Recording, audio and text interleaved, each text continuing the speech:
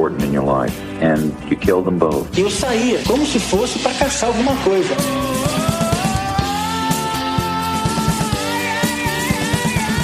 I got this fantasy. I started working out this fantasy online.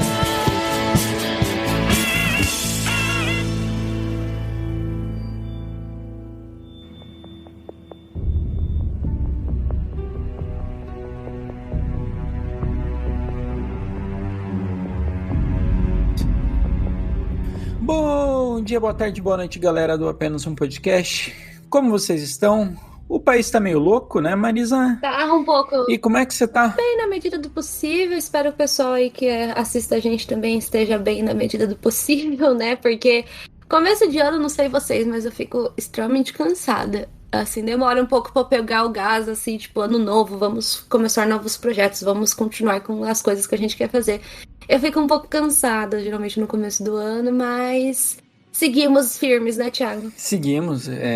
Começo de ano pra mim é sempre, digamos, diferente, porque eu tenho a mania de todo começo de ano eu começo a criar um livrinho, eu tenho um livrinho, eu começo a criar, só que o problema é que os dias vão passando e eu vou ficando menos inspirado pra escrever, meio que aqueles journaling que a galera chama, sabe? Sei. Mas eu vou confessar que eu fiquei muito feliz, que eu achei um caderninho que eu tinha de 2016 e meio que os meus objetivos pessoais se mantiveram os mesmos, assim. Eu fiquei muito feliz, tipo, não, estou no caminho certo. Fazem 7 anos, mas ainda tenho, tipo, os mesmos objetivos. Então, eu fiquei um pouco feliz. E fiquei extremamente chocado com o que aconteceu em Brasília. E, sei lá, eu acho que esse não é um podcast de política, a gente não fala muito de política. Acho que vocês meio que sabem a nossa posição política. Acredito que às vezes vocês devem ficar surpresos, sei lá, se vocês não sabem, mas eu sou uma pessoa que acredita muito em democracia e eu fiquei bem espantado com o que aconteceu, nem vou entrar muito no caso. E hoje eu vou confessar que o caso de hoje, ele abriu um triplex na minha cabeça, assim. Gente, o Thiago ficou a semana inteira no meu WhatsApp conversando sobre esse caso e tal. Eu já conheci esse caso fazia um tempo. Até tava contando pro Thiago antes do podcast começar que eu conheci esse caso por um vídeo aleatório que apareceu só com as fotos dele pra mim no TikTok e foi de madrugada. Aí eu lembro que, real, eu fiquei assustada porque, tipo, a pessoa no começo colocou, um dos casos que mais me assustou e tal. Daí eu falei, lá vem, né? Lá vem uma coisa super nada a ver. Aí apareceu as fotos desse caso e eu não conhecia, eu tomei um susto na hora que eu vi, tipo, um susto real, assim, com as fotos, assim, com os sketches que a polícia fez, que no outro dia eu já fui pesquisar pra saber que caso que era esse, porque realmente eu não vejo muitas pessoas falarem sobre, tanto que a gente acredita que esse vai ser um dos primeiros podcasts sobre esse caso em português. Então, esperamos que vocês gostem. Esse também é oficialmente o primeiro podcast que a gente tá gravando esse ano. Então, vamos abrir com chave de ouro a temporada de 2023 oficialmente a partir de agora. E antes da gente começar o podcast, a gente tem que agradecer as pessoas, né, que ajudam a gente. Então, muito obrigada a todos os apoiadores ou a todas as pessoas que já enviaram um Pix pra gente. Essa semana a gente recebeu um com mensagenzinha, que vocês sabem que a gente adora. Então, só antes eu queria comentar uma coisa que eu achei engraçada, uma mensagem que eu achei bonitinha, que a gente recebeu no nosso Instagram, que foi do @alves-victor, que ele falou que toda noite ele bota o nosso podcast para ouvir com as nossas vozes suaves. Que o podcast favorito dele é o Jack Stripador. E ele falou que acompanha a gente há muito tempo e ele pediu pra gente trazer mais. E estamos aqui trazendo mais podcast. Quem mandou a mensagem pra gente com um Pix misterioso foi a Samela Lohane. Ela falou: olá, me chamo Samela, espero ter pronunciado certo, e estou enviando essa quantia para ajudar. Sei que não é muito, futuramente espero ajudar com mais. Amo seu podcast, corações. Muito obrigada, Samela. A gente fica muito feliz, como a gente sempre fala, gente, independente do valor, só de vocês vierem falar com a gente, seja no Instagram, seja de outras formas, a gente fica muito feliz, né? Porque, como eu sempre falo, né, o podcast, teoricamente, a gente não tem a seção de comentários. Então, às vezes, a gente fica meio, será que o pessoal tá gostando? Será que o pessoal gosta? Que daí a gente não consegue ter aquele filtro, né? Igual, tipo, eu tenho pelos vídeos do TikTok, por aí vai. Então, muito obrigada. Muito obrigada mesmo, todo mundo que manda mensagem pra gente, que tá aqui desde bastante tempo. Ou se você é novo também, seja bem-vindo à nossa grande família do Apenas um Podcast. E se você quer apoiar a gente, vocês podem apoiar a gente seguindo a gente no Instagram, ouvindo a gente pelo Orelo. Lá no Orelo também vocês conseguem dar apoio pra gente financeiramente, pelo que não é obrigatório, só pra quem quiser. Dá pra ouvir na Orelo a gente gratuitamente e já ajuda a gente, porque lá a gente é monetizado. E também, quem quiser mandar um pix com uma mensagem pra gente, é só mandar pro contato apenazumpodcast@gmail.com.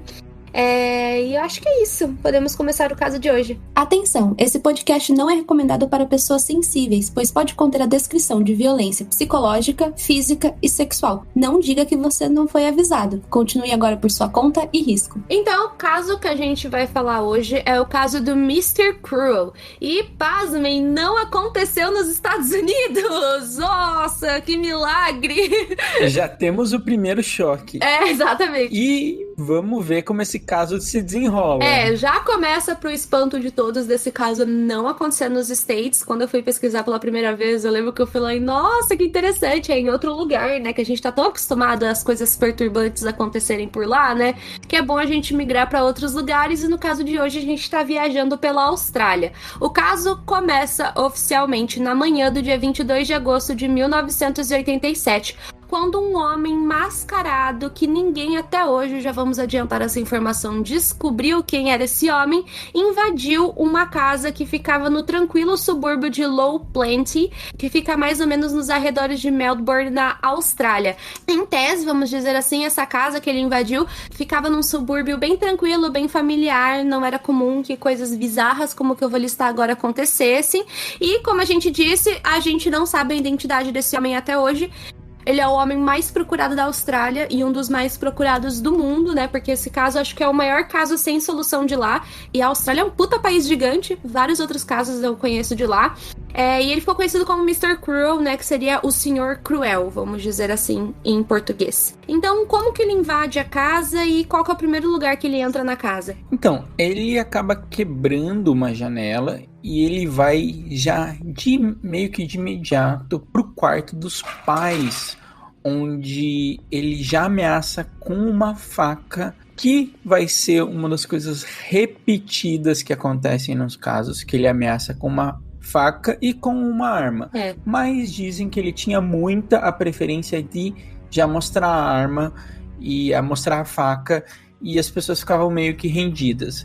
Ele chega a forçar os dois pais a ficarem de bruços, e aí começa uma das coisas que chama a atenção no caso, que ele consegue amarrar as mãos e os pés dos pais de um jeito muito profissional e muito forte.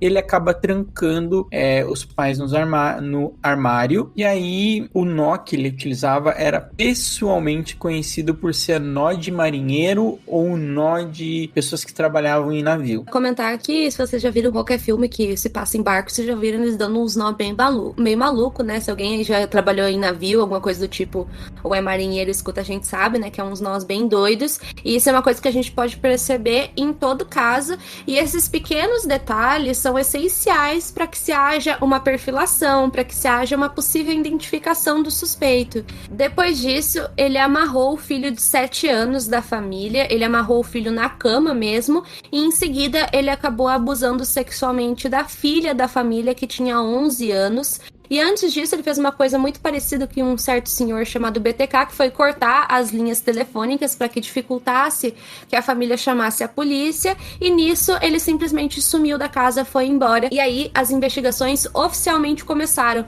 E durante a semana, como eu falei lá no começo, eu e o Thiago, a gente estava discutindo muito sobre esse caso pelo WhatsApp. E a gente até comentou que o Mr. Cruel é o BTK, só que inteligente. Gente, só que assim, inteligente num nível muito absurdo. Tipo, vocês vão ver no caso, eu não acredito em caso perfeito, em crime perfeito, mas esse caso foi o primeiro de todos os casos que a gente viu aqui que eu falei, caraca, esse cara realmente era, tipo, um maníaco, mas não no sentido da mania, da bipolaridade, etc. Na mania de ser perfeccionista por uma coisa. Porque o que acontece, né, Marisa? A garota, ela chega até a dar um depoimento. O que tem nesse depoimento? Ela acaba relatando pra polícia que o intruso, né, o Mr. Cruel, teria utilizado o telefone da família para ligar para uma outra pessoa durante as pausas, né? Porque o abuso sexual não aconteceu de uma forma contínua, né? Ele abusava, parava e continuava. Então, em nenhuma dessas pausas, ele teria parado para ouvir o telefone. Só que o que acontece, né?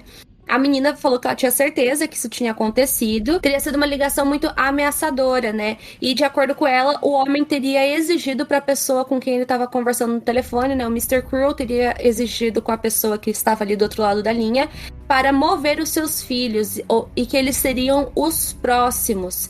E além disso, ele chamou a pessoa desconhecida, né? A pessoa que estava do outro lado da linha, de bozo. Só que o que é o estranho disso tudo é que a polícia verificou os registros telefônicos da família e não havia registros de ligação durante o horário do acontecido. Então, assim, muito estranho isso e, tipo, ela deu um relato com muitos detalhes. Então é muito pouco provável que seja mentira ou que ela tenha inventado alguma coisa. Até porque ela foi a vítima do abuso, assim... Não sei, é muito bizarro isso, sabe? E ele ficou horas com ela, dizem que foram bastante horas.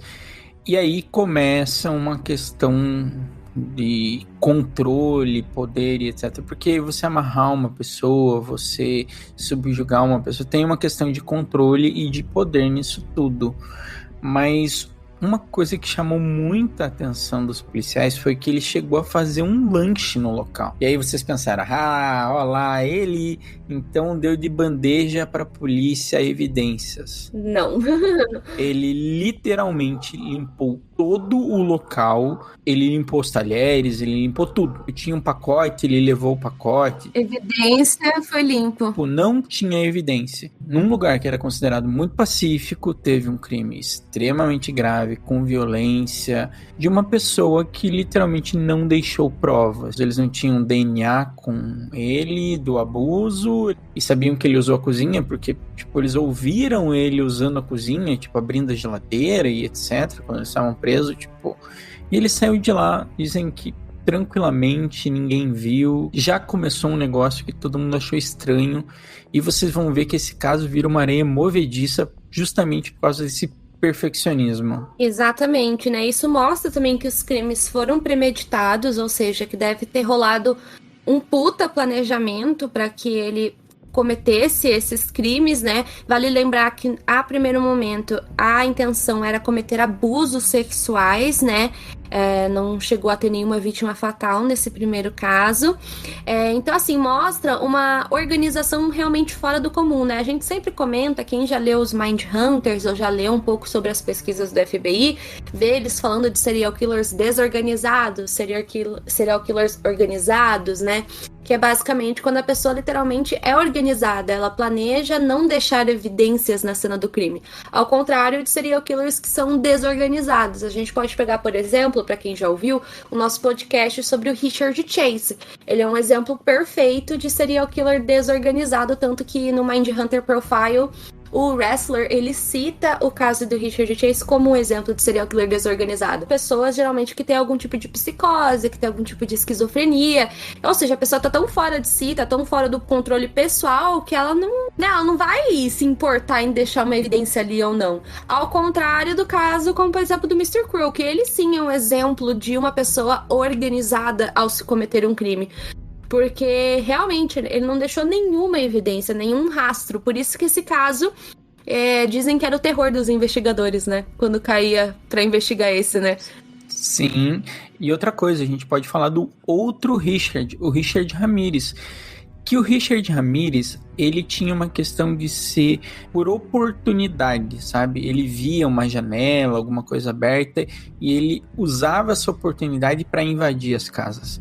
Já no caso do Mr. Cruel, não, era uma coisa planejada, que os investigadores acreditam que ele ficava semanas, até meses, sabendo como é que se dava a dinâmica da família, se eles tinham visita, se eles não tinham, como é que funcionava. Então, é uma coisa com um planejamento, sabe? Tipo, tinha essa organização de ele saber o que estava acontecendo. Então, ele era uma pessoa que tinha muito essa questão do controle. E os perfiladores falam isso, da questão do controle e da questão da organização. Então assim, gente, como eu disse, era o terror dos investigadores, porque eu imagino que, coitado deles, devia ser um caso, assim, muito chato e difícil de ser investigado, porque... como falamos 1 milhão de vezes, e a gente vai falar mais 1 milhão de vezes mais, era um caso muito difícil e que infelizmente não parou nesse primeiro caso, porque depois disso ele vai iniciar uma onda de sequestros sádicos de crianças, né? Então a gente vai ter mais 4 vítimas, todas elas de Melbourne, até o ano de 1991, quando misteriosamente esse cara desapareceu por completo. 2 dias após o Natal, ou seja, no dia 27 de dezembro de 1988, a família Williams, que era composta pelo pai, a mãe e 4 filhas, estavam dormindo tranquilamente em sua casa quando Mr. Crew invadiu a casa. Então a primeira coisa que ele fez foi ir até o quarto dos pais, onde ele mostrou a faca, mostrou a arma, ameaçou eles, novamente amarrou eles e amordaçou. Em seguida, ele cortou as linhas telefônicas e disse aos pais que ele estava ali por dinheiro, né? Então ele disse que era algum sequestro, que era alguma espécie de roubo e que nada mais passaria disso. Então ele dirigiu-se até o quarto da Sharon Willis, de 10 anos. Então quando ele chegou no quarto dela, a primeira coisa que ele fez foi acordar ela, em seguida vendar, amordaçar e amarrar ela. Ele também pegou alguns pedaços de roupa e fugiu com ela de dentro da casa. Então ele sequestrou a Sharon. E essa parte eu imagino que deve ter sido um desespero muito grande pelos pais, porque depois de muita luta o pai conseguiu se desamarrar. Ele percebeu que as linhas telefônicas tinham sido cortadas, então ele correu até a casa do vizinho e só aí ele conseguiu chamar a polícia. E aí eles conseguiram começar a investigação do sequestro da Sharon, que a gente teve um desfecho 18 horas depois. E só pra lembrar, se você não sabe o que é um sequestro, é basicamente você rapta uma pessoa e fica com ela por algum tempo determinado. Então, eles demoraram, digamos, 18 horas para encontrar essa menina, e uma mulher ela acaba tropeçando com uma menina no meio da noite, perto de uma subestação de energia, vestida com um saco verde de lixo, e era a Sharon Wills. Quando a Sharon Wills ela se reuniu com a família, ela deu para a polícia algumas pistas que surpreenderam eles, sabe? Ela contou à polícia que antes de ser liberada, ela teve o corpo lavado e os dentes escovados. E pelo que dizem, os dentes foram escovados várias vezes. Então, qualquer prova e evidência do abuso que ela sofreu foi tirado, né? Tipo, ela não tinha mais. Além disso tudo, ela disse que ela estava vendada o tempo todo e que ela não conseguiu dar nenhum retrato falado porque ele não liberou ela, tipo, ele não tirou a venda dela. Então, que ela não tinha muitas informações para dizer, ela meio que conseguiu dar algumas informações do que ela escutava, né, Marisa? Isso, né? Inclusive, essa informação do que ela escutou, ela tem sido um dos fatores mais cruciais que são utilizadas nas investigações mais modernas, né? Nas investigações dos dias de hoje. Basicamente, ela relata ter ouvido um avião e que tinha a sensação de que esse avião estava pousando pelo barulho. E isso é de vital importância, porque dá a entender que ela estivesse próximo do aeroporto de Melbourne, que é o Melbourne Stillmarine. E além disso, ela falou que pelo barulho do carro do sequestrador, ele soava como um carro mais antigo. Eu moro perto do aeroporto, o Thiago também mora, e dá pra saber quando é o barulho do avião pousando, né? Dá pra entender muito bem que é um barulho bem diferente. A gente mora relativamente perto, dá pra notar quando o avião tá descendo e quando ele tá decolando. É que eu acho que eu moro mais perto ainda da pista que você. Eu moro a umas 3 quadras da pista de pouso só, e hoje mesmo mesmo, começou uma barulheira, assim, minha avó ela tomou um susto, eu falei, vó, é só o avião pousando, porque faz um barulho, gente, desgraçado. Sério, se a pessoa, quem mora perto do aeroporto sabe do que eu tô falando, um barulho desgraçado na hora que tá decolando ou subindo. Então essa informação, gente, foi muito importante, porque daí a polícia conseguiu fazer uma seleção, né, tipo, porque imagina, Melbourne não é uma cidade muito pequena, afinal, né, tem um aeroporto, então é uma cidade relativamente grande. E o que acontece? Já dá uma limitação, né? Você não vai precisar investigar a cidade inteira necessariamente. Já dá pra dar uma cortada ali e investigar a região perto do aeroporto. E basicamente, com a informação do período de tempo que ela ficou na mão do sequestrador, mais essa possível localização próxima ao aeroporto, a polícia conseguiu ver todos os aviões que estavam desembarcando e traçar um raio de localização. Então, recapitulando, deu pra perceber mais uma vez que o cara era muito meticuloso, muito inteligente. Afinal, esse é um dos poucos casos que o criminoso teve essa consciência de lavar a vítima, né? Acho que eu só vi isso acontecer em 2 casos, de ter essa consciência de lavar a vítima. Então, assim, mostra essa inteligência e essa forma meticulosa que ele lidava com as vítimas, né? O que é muito macabro, na minha opinião, né? Isso mostra já um traço de sadismo, de psicopatia, não tem como a gente saber, né? Afinal, a gente não tem um indivíduo, mas é uma coisa que a própria polícia aponta. Então ele entendia muito bem também como que a investigação acontecia. Provavelmente eu não duvido nada que ele tenha pesquisado bastante para entender essa questão da investigação antes de cometer os próprios crimes. Então, basicamente, esse foi o segundo caso e novamente a polícia não tinha nenhuma evidência praticamente fora essa informação do aeroporto. E o que deixava os policiais, digamos, aterrorizados, porque a cidade era conhecida por ser relativamente pacata e eram 2 crimes contra a criança, que é um crime que a gente sabe que chama mais a atenção da mídia. E depois desse segundo crime, meio que a cidade já estava tomada por um medo muito forte. E outra coisa que os policiais ficaram, digamos, que não deu nem para especular, tipo, será que ele tinha alguma relação com alguma polícia, alguma coisa forense, sabe? Porque, tipo, ele entendia muito bem das etapas de como acabar com provas. Então, tipo, nem chega a se especular, mas é uma coisa que eu penso, sabe? E outra coisa que eles acham de vital importância é que, além dele ser inteligente, etc., que ele era uma pessoa que conseguia passar despercebido. E na maioria das vezes, esse é a pior pessoa possível. Se Sim. Vocês ouviram o último podcast do Projeto Humanos, que fala sobre o caso dos meninos emasculados do Maranhão e mostra quem cometeu esses crimes, vocês vão ver que muitas vezes o pior serial killer é aquele que ninguém acha que é ele, sabe? Que mais consegue se camuflar entre pessoas normais. Tá aí que tá o problema, né? Esse é um problema muito grande. As pessoas ainda têm aquela ideia que o assassino, que o abusador tem cara de louco, né? Ai, porque às vezes a gente vê a pessoa sendo presa, tá? Ai, mas esse daí tem cara de louco. E aí que justamente muitos abusos sexuais, principalmente, são passados despercebidos. A gente já falou isso em vários podcasts, vamos falar de novo. A maioria dos abusos sexuais, gente, isso vai pra todo mundo que tem filho pequeno, é de parentes. É de pessoas que você não vai duvidar que vai abusar sexualmente do seu filho. Então, assim, gente, eu acho que a maioria que escuta nosso podcast já é mais perceptível, já tem uma percepção maior em relação aos perigos do dia a dia, né? Mas vale a pena a gente lembrar isso de novo pra todo mundo ficar esperto, principalmente quem tem filho pequeno. E também a gente que é maior, né? A gente que é mulher, a gente tem que tomar cuidado 24 horas. Então, assim, prestem atenção com tudo que acontece ao seu redor, porque justamente as pessoas que a gente menos espera pode ser as pessoas que talvez vão tentar puxar a gente pra algum mal. Eu fui pesquisar agora rapidamente, só pra gente saber mais ou menos a dimensão da cidade de Melbourne. Em 2019, o último censo que foi feito na cidade mostrou que lá tem 5 milhões de habitantes. Então é uma cidade bem grande, tem mais gente do que aqui em Curitiba, que é onde a gente vive.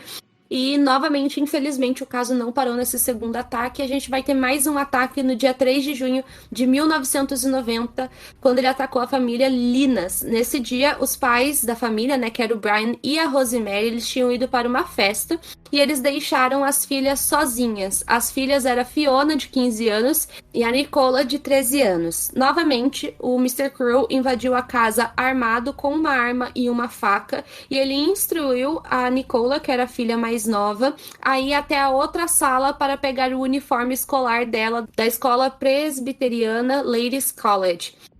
enquanto ele estava amarrando a irmã mais velha, né, que tinha 15 anos, em sua cama. A gente consegue perceber que ele também tinha um certo padrão de sempre pegar a filha mais nova, né? Sim, esse era um padrão e dá pra ver claramente porque ele sempre pegava a filha. Primeiro tinha essa questão de ser, porque alguns criminosos não têm essa distinção entre menina e menino. Também ele sempre pegava a mais nova.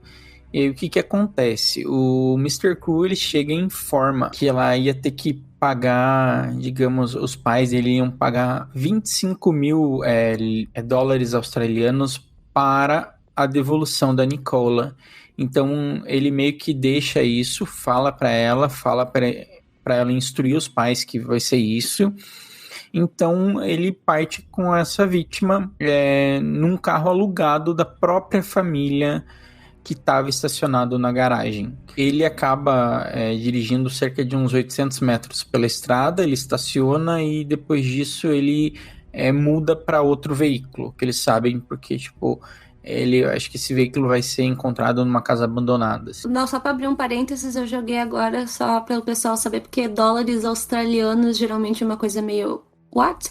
Né, dá mais ou menos hoje em dia 89 mil reais, quase 90 mil reais aí, era a taxa do suposto resgate, que não tinha resgate coisíssima nenhuma, já vou adiantando.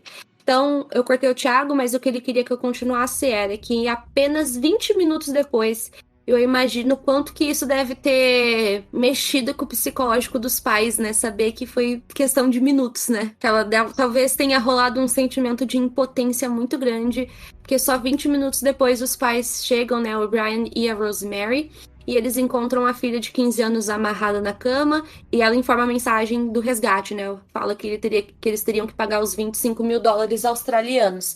Bom, mas o que acontece? Alguns dias depois, a Nicola foi deixada em uma estação de eletricidade que não ficava muito longe da casa dela, e ela estava completamente vestida e enrolada em um cobertor e ainda com os olhos vendados. Então, novamente, nesses dois casos, né, que a gente contou agora, a gente viu que ele tinha essa questão de devolver a criança depois. Era uma coisa totalmente relacionada ao abuso e não necessariamente a matar as vítimas. E o que acontece, né? Ela ficou alguns dias com o sequestrador dessa vez e ela trouxe alguns detalhes sobre esse período de tempo que ela ficou com ele. E, novamente, em um caso onde não existe quase nenhuma evidência, qualquer detalhe pode ser crucial.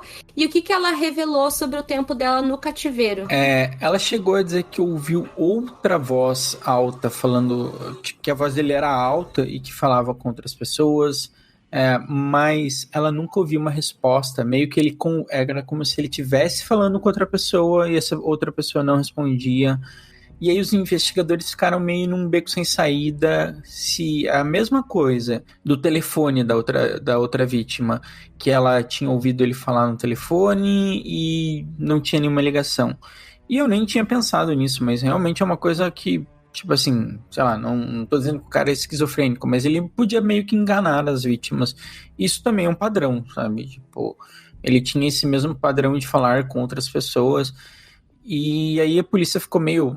Bom, vamos tentar ver se tem algum cúmplice, ver se alguém sabe, mas eles não conseguiram chegar a lugar nenhum. Alguns meses depois, essa mesma família, ela volta para Inglaterra e a Nicola, ela diz que, como ela ficou muito tempo com eles, ela ficou aproximadamente umas 50 horas. Então isso dá 2 dias e um pouquinho mais, sabe? Então ela chega a dizer pros investigadores que ela ouviu um avião voando baixo, assim. Então que ele estava, digamos, próximo da onde eles estavam, de onde ela estava no cativeiro. Então os investigadores de novo têm a teoria que ele morava muito próximo ao aeroporto, que era o aeroporto de Tullamarine, né? E aí o que eles fazem? As investigações que eu vi mais novas, eles pegam os voos que tinham nesse tempo e a direção do vento para tentar ver se, onde é que vai mais ou menos, que bairro ele estaria. Então eles traçam um perímetro, que é mais ou menos um quadradão, assim. Se você vê um retângulozão que eles traçaram como perímetro. Mas eles não conseguiram chegar muito... Não havia provas suficientes para incriminar uma pessoa, eles não tinham evidências sobre quem, eles não tinham imagem, eles não tinham uma outra pessoa que viu eles sequestrando essa menina. Então, de novo, eles não encontraram nenhuma prova. E eles ficaram, tipo, muito frustrados. E a única diferença também é que ela revelou que durante o período que ela esteve no cativeiro, ela foi forçada a deitar numa engenhoca, num negócio super estranho, que era uma espécie de colar cervical que ficava preso na cama. E basicamente ela era presa por essa estrutura que era de ferro e ela restringia os movimentos dela para ela ficar parada durante os abusos sexuais. Além disso, tem uma questão que ela disse que provavelmente o sequestrador tinha cabelo castanho, né? Então, assim, mas também não foi uma coisa, assim, que levou adiante, né? Então, assim, as coisas foram ficando cada vez mais tensas nessa cidade, né, de Melbourne, porque literalmente era o terceiro abuso sexual que acontecia lá contra uma garotinha. Era um clima de terror que tinha sido instalado. As pessoas começaram a se recolher mais cedo, começaram a fechar as portas, as janelas. Que lembrando que em países que não são como o Brasil, as pessoas geralmente deixam a porta aberta e a janela, então às vezes ouvir isso pra gente pode soar, mas não é óbvio. Em países, às vezes, que são um pouco mais seguros, não é tão óbvio assim. Então... Só te cortando um pouco, eu tenho até um caso sobre isso, porque eu morei um tempo no Canadá, eu morei uns meses no Canadá, e eu morava, tipo, numa casa com outros, digamos, nativos de lá, e eles tinham um outro quarto que eu morava com um mexicano. E esse mexicano, eu entendo muito bem inglês, eu falo pouco inglês, mas eu entendo muito, muito bem. Digamos, minha compreensão é avançada, mas eu falo muito pouco. E aí eles falaram que não tinha. E o mexicano, ele, como, tipo, espanhol e português são línguas relativamente parecidas, ele perguntava pra mim, eles não trancam a porta mesmo? É isso aí, a gente vai dormir, eles não vão trancar a porta, tipo... Eles não trancavam nenhuma porta, nenhuma janela, nem nada. E o mexicano ficou, tipo, horrorizado e os canadenses ficaram, tipo, nossa, mas qual é o problema? Não tranca a porta, não é nada demais. E a gente olhou e falou, não, amigão, na América Latina não é bem assim. Eu lembro uma vez que eu contei pra um gringo que eu tinha cerca elétrica na casa e ele ficou horrorizado, tipo, nossa, mas tá tudo bem? Por que você tem cerca elétrica na casa? Eu falei, não, mas é que teoricamente isso, tipo, é comum aqui as pessoas terem cerca elétrica em volta da casa. Então, assim, gente, às vezes a gente tem que falar isso e o pessoal fica, mas o pessoal não fecha a porta, a janela, não, gente. É outro mundo, assim, diferente do nosso. Mas acho que mesmo se eu morasse no país mais seguro do mundo, uma Noruega aí da vida, eu trancaria a porta, gente. Eu acho que a gente tá certo, na verdade, em trancar a porta e janela, independente do lugar que a pessoa esteja no mundo, na minha opinião. Mas, enfim, agora a gente vai entrar, né? Até bom que deu uma descontraída, né? Porque agora acho que a gente vai entrar no caso mais pesado, relacionado ao caso do Mr. Cruel, que foi o último caso que ele cometeu, que foi no dia 13 de abril de 1991 contra a família Chan. Então, basicamente, a família era constituída pelos pais, que era o John e a Phyllis Chan, que ficava no distrito de Templestowe, em Victoria. Victoria é um estado na Austrália, que é o estado que Melbourne é a capital, tá? Naquela noite, eles confiaram na filha mais velha deles, que era Kramen, de 13 anos, de cuidar dos 2 irmãos mais novos dela. Então, os pais estavam trabalhando no restaurante da família e ela ia ficar com os irmãozinhos dela cuidando. A polícia acreditava que ele observava a vida da família, né, para poder conhecer como que era a rotina, em que momento seria mais seguro para ele, né, invadir a casa, em que momento as vítimas ficariam sozinhas. Então a polícia acredita que esse período de observação das vítimas deveria durar semanas ou até mesmo meses, né? Porque a gente consegue observar intervalos de tempo bem grande entre um crime e outro, né? Sim, outra coisa que chama bem atenção nesse caso é que, se vocês verem, tem quase... do primeiro para o segundo são quase 1 ano, e aí esse é mais 1 ano e acho que 8 meses, alguma coisa assim, é bastante tempo.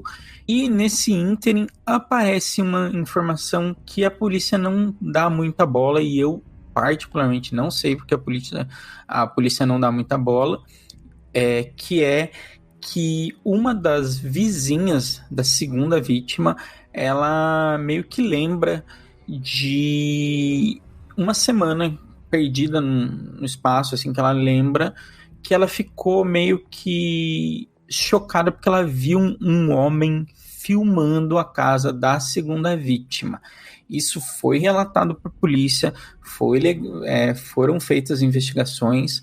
Ela chega até a dar um retrato falado, mas literalmente esse retrato falado não é levado a sério. Então, que aquilo que eu disse lá no começo, né? Em casos criminais onde não se tem nenhuma prova, qualquer coisa deve ser investigada, né? Não é uma coisa que pode ser deixada de lado. E é uma coisa muito bizarra, né? Que comprova... Na verdade, na minha opinião, já era bem óbvio que ele stalkeava a vida da vítima, assim, antes de invadir a casa. Até porque isso é uma característica de assassinos e criminosos que são organizados, né? Eles não vão invadir a primeira casa que aparecer, eles conhecem a rotina das vítimas, né? Por isso que é uma coisa muito bizarra pensar nisso. Então, assim... E a gente até, acho que passou batido pela gente, mas em todos esses momentos que ele sequestrava essas vítimas, ele tinha uma marca registrada. Entre tudo isso, a marca registrada dele era ter a balaclava, né, Marizan? Eu acho que é a imagem que trouxe o medo que você falou. Sim. Ai, gente, é terrível os sketches da polícia. Realmente, assim, é uma coisa bem creepy. E como as vítimas são todas crianças ou pré-adolescentes, eu imagino o terror que deve ter sido para as vítimas, né? Toda a situação e ainda esse fator, sabe? É uma coisa bem bizarra. E também pensar que...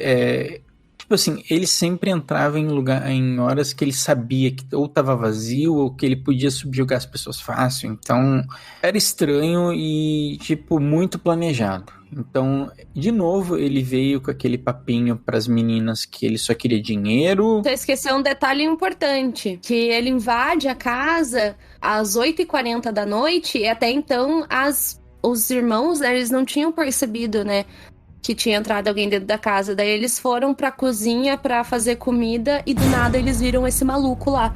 Eu falo que se fosse eu, acho que eu teria morrido nesse instante, porque eu sou muito fraca pra susto, sabe? Imagina você entrar na sua cozinha, tipo, de noite, aí você acende a luz, tem um maluco mascarado, sabe? Com uma faca e uma arma lá. Nossa, eu tinha desmaiado, eu acho, porque o meu coração de pessoa com o síndrome do pânico não ia aguentar, sabe? Eu acho que eu ia passar muito mal, de verdade, né? E assim, quando as crianças entraram dentro da cozinha, o Thiago, que ele disse, né? Ele voltou com esse papo que ele só queria o dinheiro. Eram 3 meninas, é isso? Isso, eram 3 meninas, isso. Eram 3 meninas e uma era mais nova. Uma era a mais nova e a mais velha, eu acho que tinha 13 anos. Só que dessa vez ele vai na irmã mais velha, né? Isso que é curioso. Mas é que eu acho que as outras eram muito mais novas, que eu acho que tinha, tipo, 7... A gente consegue perceber que, tipo, a pré-adolescente, né? Exatamente, era isso que eu ia falar, que é, tipo, entre mais ou menos 10 e 13 anos, que era, tipo, ele tinha esse gap de pré-adolescente, assim, e acho que as irmãs dele eram muito novinhas. Sim, e tanto que ele prende elas dentro do guarda-roupa, as duas dentro do mesmo guarda-roupa, então realmente elas deviam ser bem pequenas. Então nisso ele começou a conversar com a irmã mais velha, né, que era a Kramer, de 13 anos, perguntando aonde que estava o dinheiro, e nisso ele empurrou a cama na frente do armário, justamente para que as irmãs que estavam dentro do armário não conseguirem fugir. A polícia chegou um tempo depois, que as irmãs conseguiram se destrancar, e nisso a Kramer não estava mais na casa. E esse vai ser um caso que vai ser completamente diferente dos outros que a gente já contou.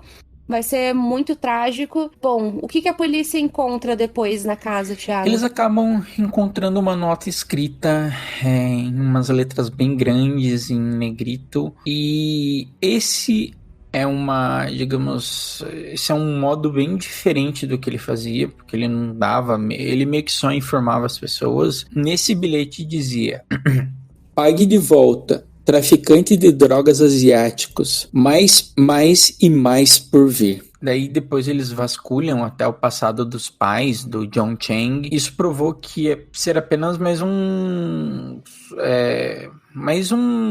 blefe, sabe? Alguma coisa para distrair a polícia, porque os pais tinham essa origem asiática.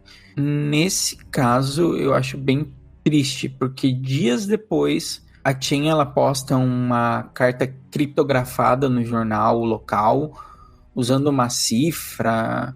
Você pode explicar essa parte da questão da datilografada e tal? Então, dias depois, eles encontram uma carta criptografada em um jornal local. Eles conseguem descobrir o que aquela carta estava querendo dizer. E, basicamente, aquela carta era um pedido de resgate no valor de $300 mil australianos.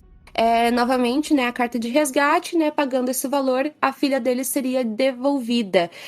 O sequestro dela desencadeou uma das maiores caçadas humanas da história da Austrália, se não do mundo, e nisso eles fundaram a Operação Espectro, que foi um empreendimento multimilionário que consumiu dezenas de milhares de horas de trabalho policial. Então foi uma operação, assim, muito grande que eles montaram para tentar encontrar o Mr. Cruel, porque ao contrário dos outros casos, ela não tinha voltado, né? Não tinha entregado ela até então. Então, eles envolveram muitas pessoas, muitas horas, inclusive horas de trabalho voluntariado de pessoas que queriam ajudar na investigação. Mas, infelizmente, a gente já vai adiantar que esse caso não teve um desfecho nem um pouco positivo, né? Porque, ao contrário dos outros casos, a família Cham nunca mais conseguiu se reunir da mesma forma. 1 ano após o sequestro, eles encontraram o corpo da Craman no dia 9 de abril de 1992. Um homem estava passeando com o cachorro dele numa área próxima de Thomastown, e nisso ele encontrou um esqueleto completamente decomposto. Isso acabou se revelando mais tarde sendo o corpo da Craman Chin. O corpo dela foi encontrado a pouquíssimos metros de uma subestação de eletricidade, e a necrópsia constatou que ela havia sido morta com 3 tiros na cabeça.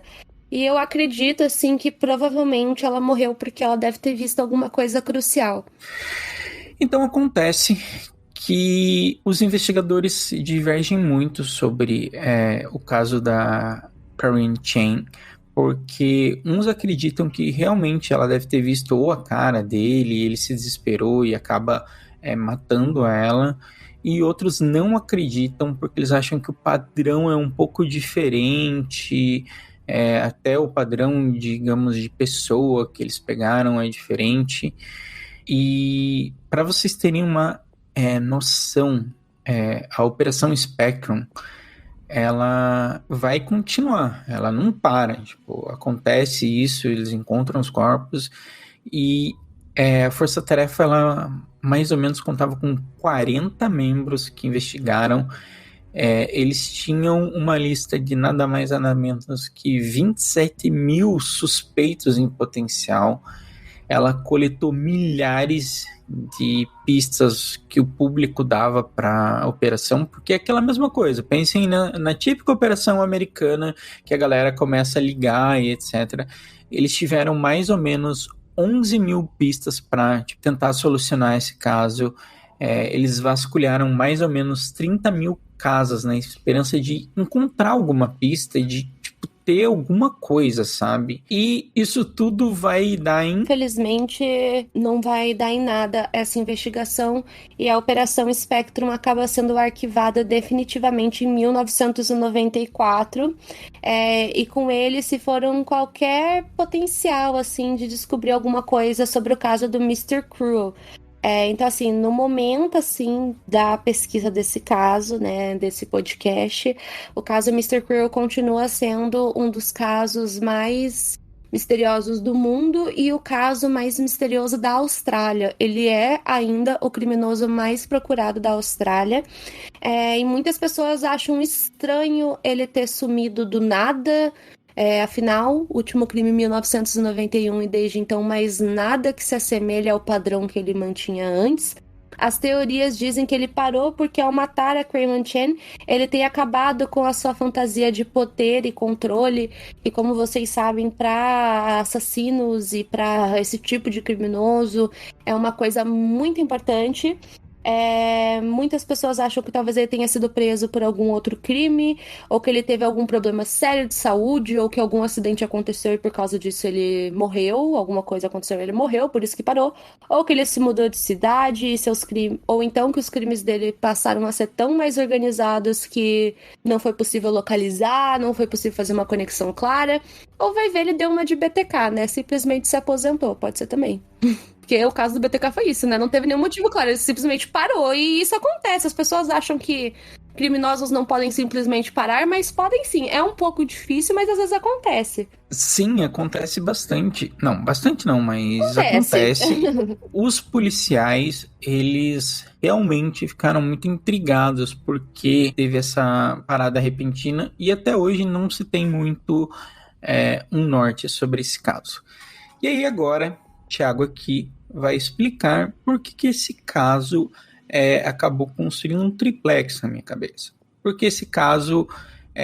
os métodos de resolução atual, se você pegar os métodos de 2021, 2022, 2023, que eles começaram a reinvestigar esse caso, mais por investigadores autônomos, não tanto por, eles reabriram o caso ou coisa do gênero, pelo que eu sei, não reabriram, mas os novos investigadores, eles usam o GIS, que é o Sistema de Informação Geográfica. E para quem não sabe, eu sou geógrafo, e aí esse caso é basicamente uma das teorias que tem aqui no Brasil e tem em outros lugares do mundo, que é a geografia do crime, que você consegue explicar um crime através da geografia, da onde ele foi feito, da onde as vítimas estavam, da onde as vítimas foram parar e etc. E uma coisa que nesse novo estudo sobre o caso ficou muito claro foi que todas as vítimas moravam perto de uma subestação de eletricidade. Em algumas, inclusive, eram vizinhos de uma subestação de eletricidade. Para quem não sabe, uma subestação é meio que ou tem as torres ou tem alguns transformadores, etc. E ele sabia se locomover nisso tudo, sabe? Muitos dizem que ele levava as vítimas até para lá, etc. E uma das casas literalmente ficava do lado, era tipo vizinhas a essa subestação. E para quem não sabe, essas subestações eram assim, era como se fosse um terreno cheio de muro, com os muros e as torres de energia, sabe?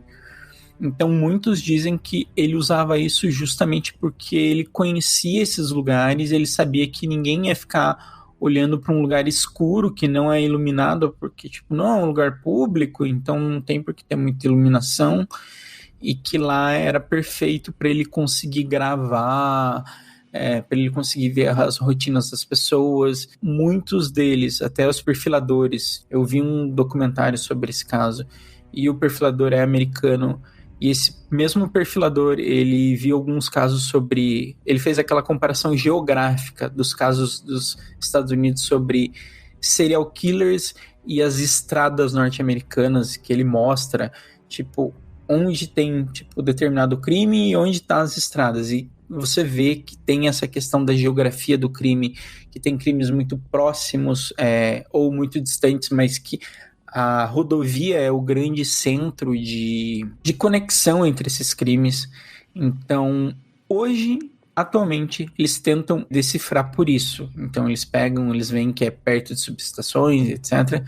E uma coisa que foi aventado é que tem 3 outros crimes muito similares de sequestro que na época não foi dada, digamos, a devida atenção e que hoje eles imaginam que sejam os 3 primeiros sequestros do Mr. Crew, que ele não necessariamente sequestrou, mas que ele ficou com a pessoa detida. E esses 3 casos não têm muitas informações.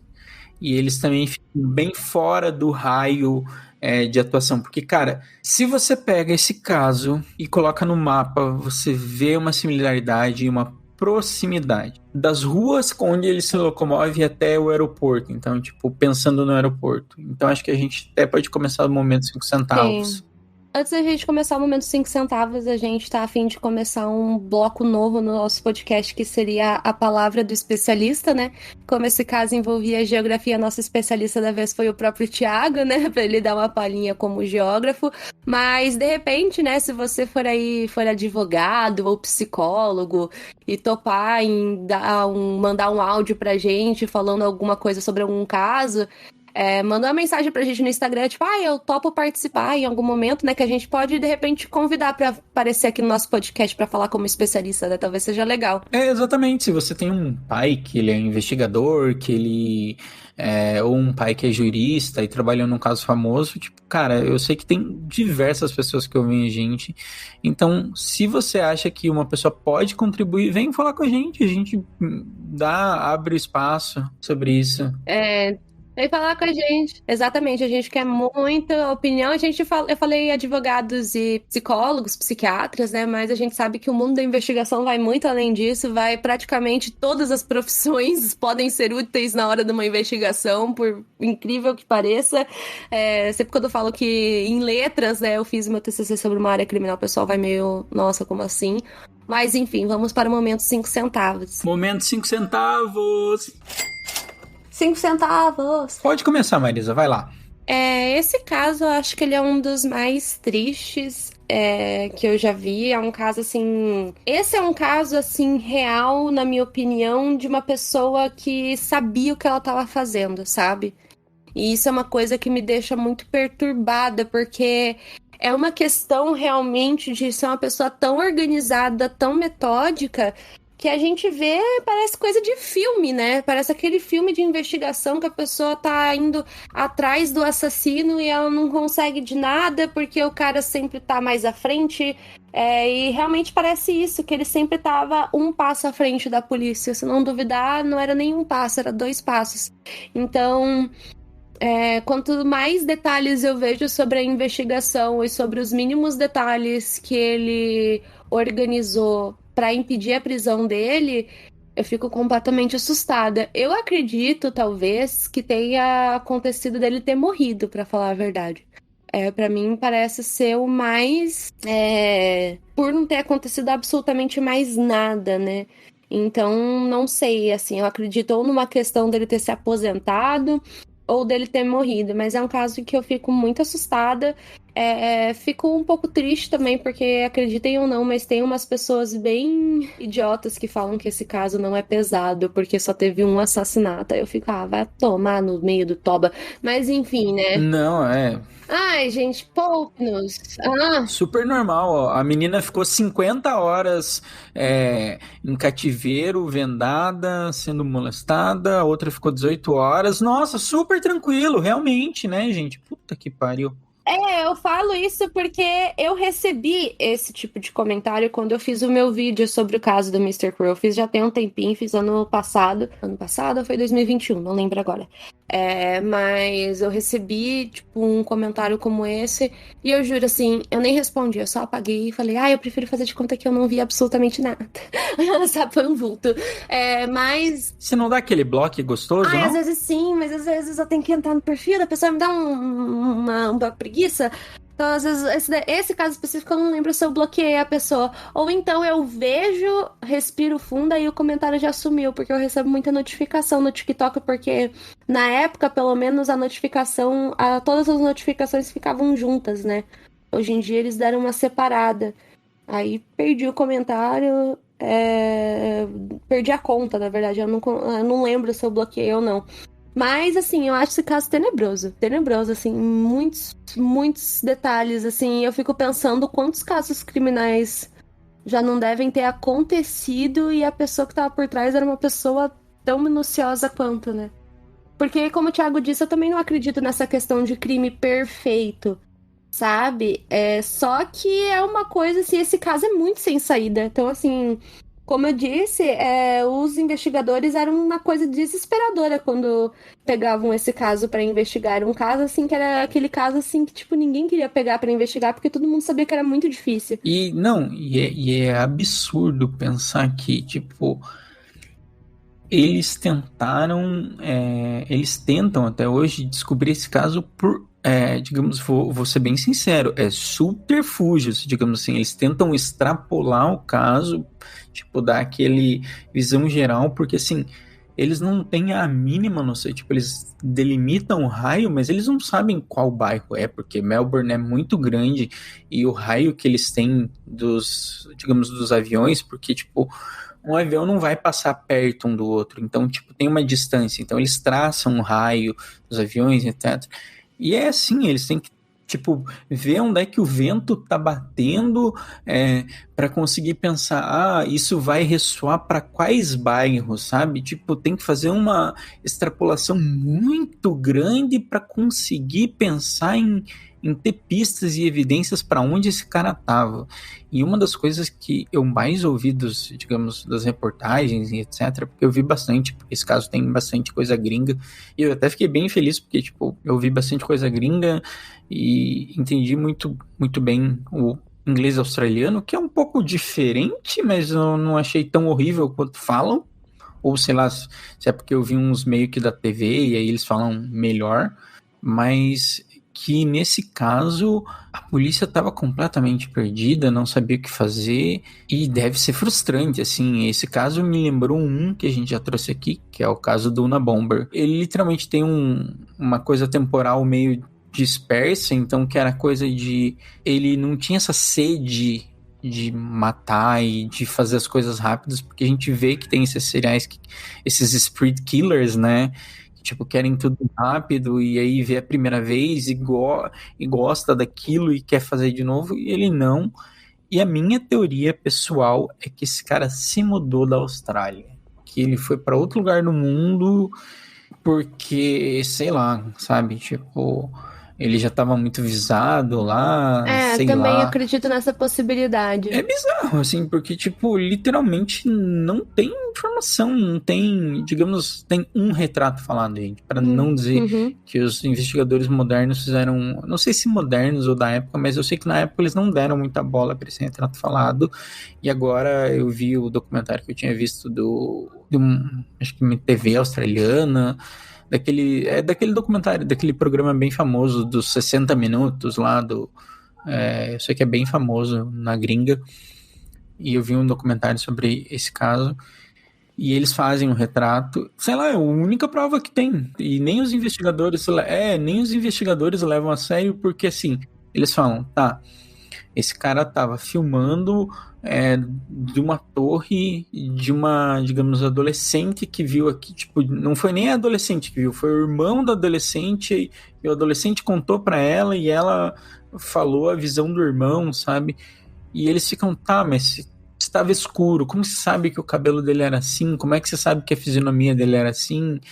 Eles questionam muito isso e também não levam muito a sério, sabe? Tipo, aparece na série, mas é meio aquela coisa bem en passant, bem rápida. E esse caso, por isso, eu acho que deixou eu muito, muito intrigado, tanto pela questão da geografia, quanto pela questão de, tipo, o cara literalmente escovava as suas vítimas, ele escovava e dava banho.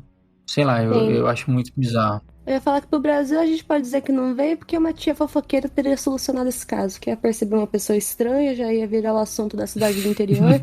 Aí só falta porque eu falei isso, daqui 2 semanas sai a matéria, Mr. Cruel é encontrado no interior da Bahia, porque é sempre no interior da Bahia, você já percebeu essa teoria.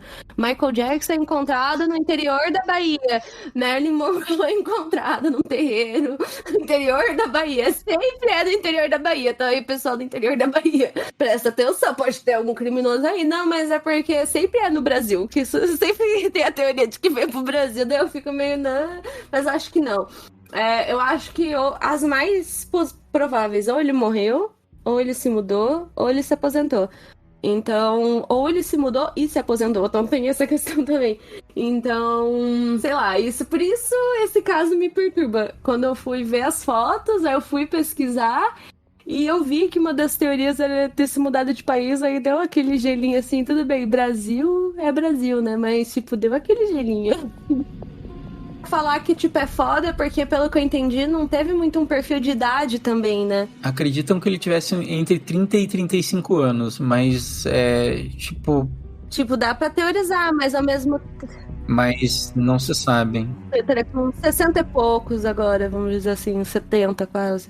Mas vocês sabem, né, gente, que eu falo, vaso ruim não quebra. Pode ver, você vai pesquisar o serial killer, ou ele tá vivo... ou tá velho pra caramba. Então, assim, tem que tomar cuidado. Porque às vezes a gente pensa, mas a gente podia fazer isso, né? Que nem o caso do BTK. Vamos levantar a hashtag Mr. Cruel está velho e lento. Quem sabe ele decide mandar um sketch pra gente. Ah, não, obrigado. Não, obrigado. Aí a gente soluciona o caso. Vamos tentar levantar a hashtag, gente. Mr. Cruel está velho e blá blá blá. Vai que ele se sente ofendido, nunca se sabe. Mas enfim, gente, esse foi o episódio de hoje. A gente espera do fundo do coração que vocês tenham gostado. Não esqueçam de dar sugestões de temas e casos que vocês querem ver ao longo desse ano pra gente. Muito obrigada a quem chegou até aqui o final com a gente. Um beijo no coração e até o próximo episódio. Tchau, tchau, galera.